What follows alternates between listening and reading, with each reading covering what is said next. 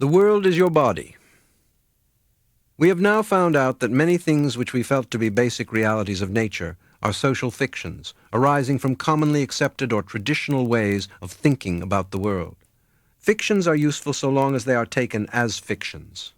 They are then simply ways of figuring the world which we agree to follow so that we can act in cooperation as we agree about inches and hours, numbers and words, mathematical systems and languages.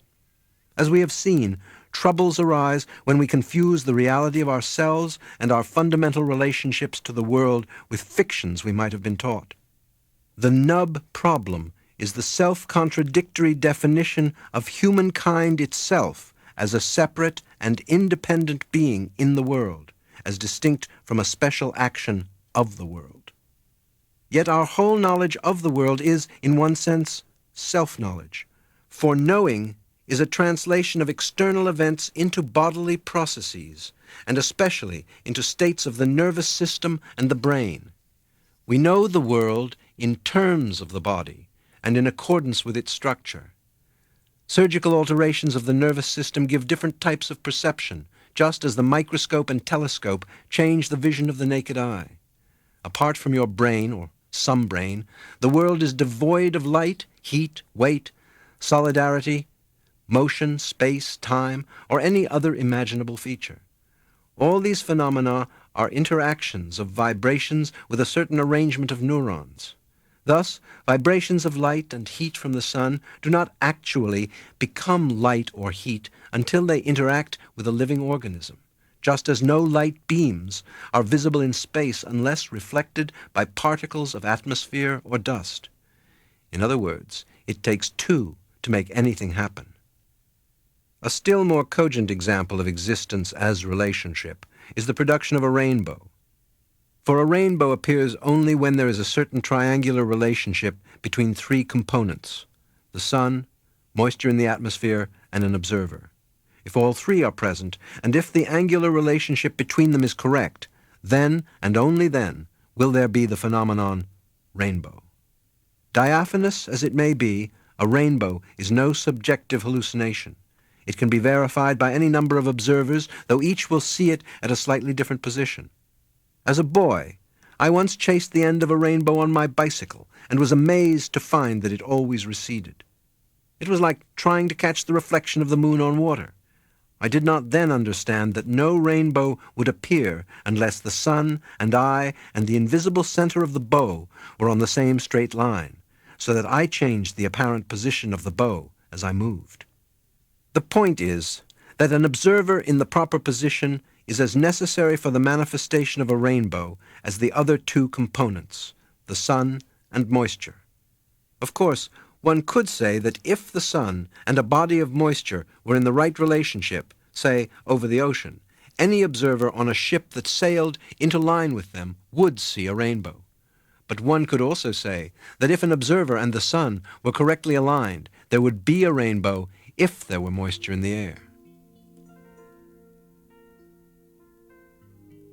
The external world goes with you in just the same way as a back goes with a front.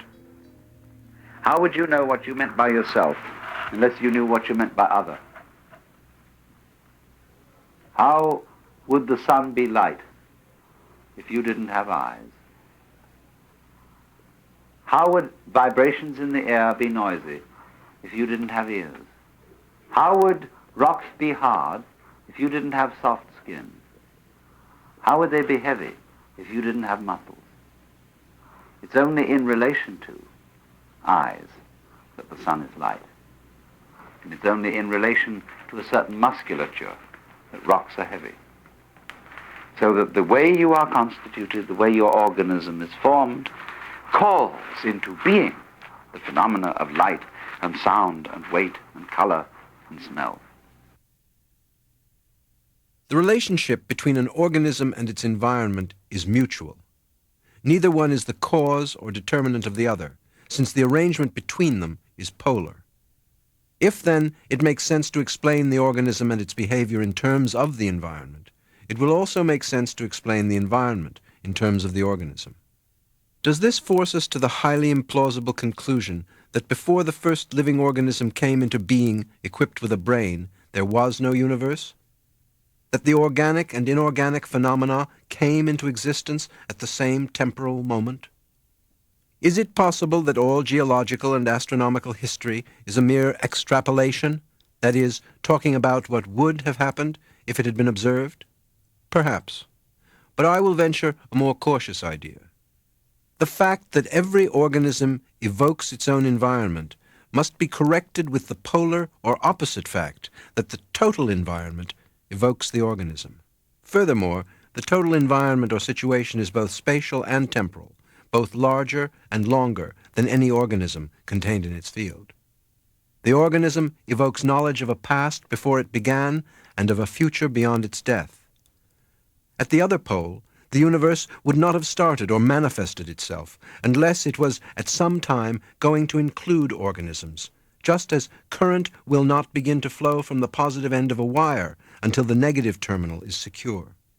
The principle is the same whether it takes the universe billions of years to polarize itself in the organism, or whether it takes the current 1 second to traverse a wire 186,000 miles long. The difficulty of understanding the organism-environment polarity is psychological. We have been obsessed with a false humility. On the one hand, putting ourselves down as mere creatures who came into this world by the whim of God or the fluke of blind forces, and on the other, conceiving ourselves as separate personal egos fighting to control the physical world. We have lacked the real humility of recognizing that we are members of the biosphere, the harmony of contained conflicts, in which we cannot exist at all without the cooperation of plants, insects, fish, cattle, and bacteria. In the same measure, we have lacked the proper self-respect of recognizing that I, the individual organism, am a structure of such fabulous ingenuity that it calls the whole universe into being. In the act of putting everything at a distance so as to describe and control it, we have orphaned ourselves both from the surrounding world and from our own bodies, leaving I as a discontented and alienated spook, anxious, guilty, unrelated, and alone. The universe implies the organism, and each single organism implies the universe. The single glance of our spotlight, our narrowed attention, which has been taught to confuse its glimpses with separate things, must somehow be opened to the full vision.